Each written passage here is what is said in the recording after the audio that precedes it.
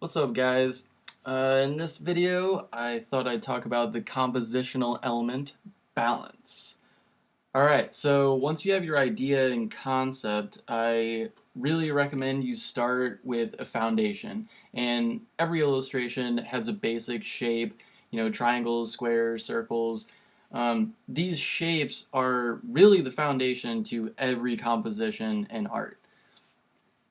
With this sketch, I started a lot of my sketching with just very loose lines, creating simple shapes, and then I would just build or expound on those shapes and lines as if I was sculpting the image.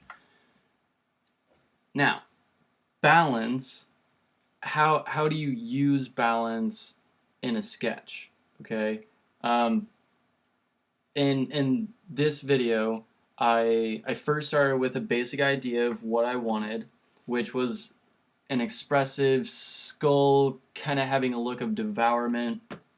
I sketched in a tongue that I drew extending past the bounding box to create intrigue, but also to create a sense of balance using asymmetry.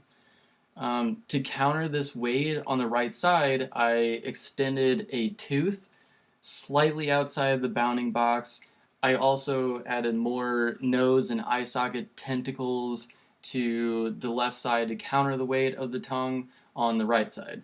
So I felt it was still a bit heavy on the right side, so I created weight by using contrast. I darkened the right side more than I did with the left.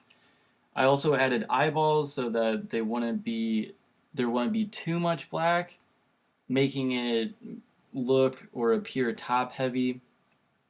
And off camera, I actually slightly shaded the eyeballs so that it wouldn't take too much away from what I wanted to be the prime focus, which was the tongue and mouth, the most expressive part of the illustration. So a few takeaways. Use small illustrative elements that strengthen your story in a way that creates balance.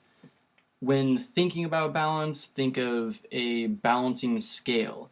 If you add something to one side, counter that weight by adding something on the opposite side. Make sure your foundational shape is balanced, or at least keep in mind that it's unbalanced and add weight accordingly. There are multiple ways of creating balance. You can use light and shadow, which is contrast.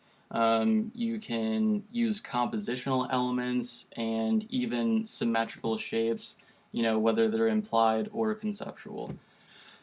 Alright guys, well that wraps it up for today, and I hope you guys learned something. And if you guys have anything that's specific that you want to learn, just email me or shoot me a comment below on the video. Make sure you subscribe and tune in tomorrow.